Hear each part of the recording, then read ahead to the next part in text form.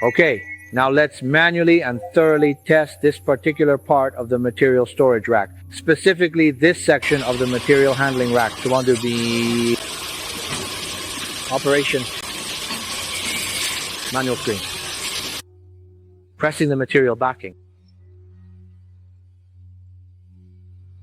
Raw material coin.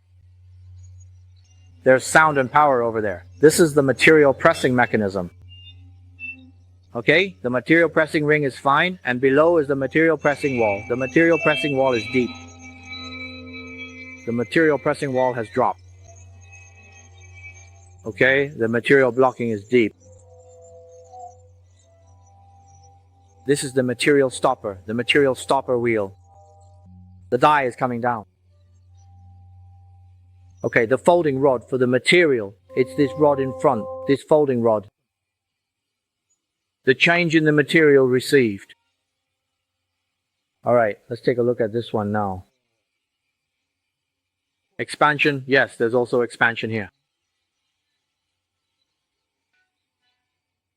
Now, I'm going to expand it a bit. It might be a bit far, so it's not very clear.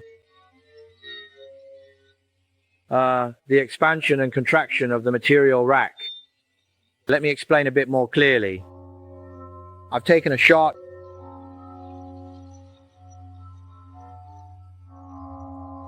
You should be able to see it too, right?